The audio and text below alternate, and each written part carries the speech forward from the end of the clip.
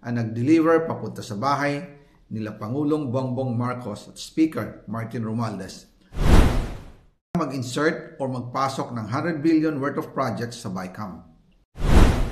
Sana po ay hindi nila ako mapatay bago ko mailabas ang lahat. Ginawa ko lang ang utos sa akin, pero ngayon, handa na akong harapin ang lahat. Ginagamit ng administrasyon ang buong resources ng bansa para tumahimik ako. That he will shoot me if I will talk. Gagamitin ako bilang panakipbutas sa kanilang kampanya laban sa korupsyon. Hindi na ako mananahimik, ilalabas ko ang lahat ng katotohanan. May resibo, may ebidensya, at may pangalan. Kaya ngayon ay hinahamon ko si Ombudsman Remulla kung seryoso talaga siya sa mga sinasabi niya sa kanyang press release na idadamay niya pati si Martin Romualdez kung magbibigay ako ng ebidensya. Patunayan niya ngayon ang pronouncement niya.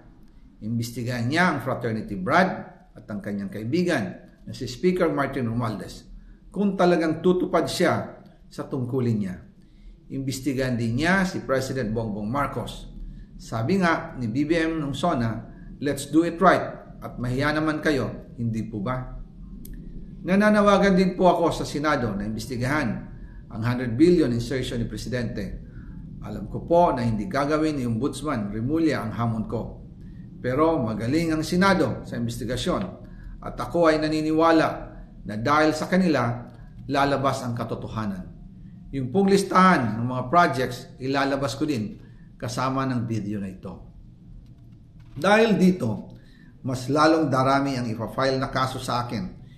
Ginagamit ng administrasyon ang buong resources ng bansa para tumahimik ako, para masira ang aking kredibilidad. Darami din ang banta sa buhay ko at ng aking pamilya. March 2025 pa lang, si Speaker ay nagpaparinig na sa akin sa aming meeting that he will shoot me if I will talk.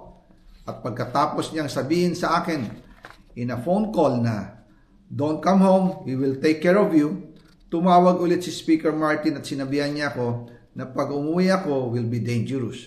Kasi they might hire someone to do a rub out on me or hire the police to kill me while in jail.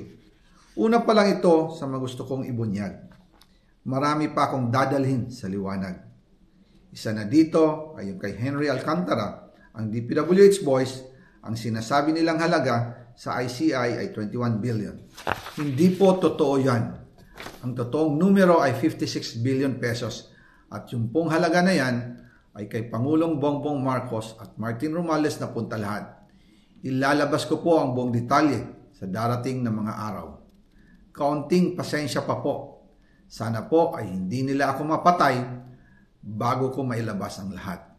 Sa inyong lahat sa Pilipinas, lalong-lalo na sa aking pamilya, taos-puso akong humihingi ng paumanhin. Ginawa ko lang ang utos sa akin, pero ngayon, handa na akong harapin ang lahat.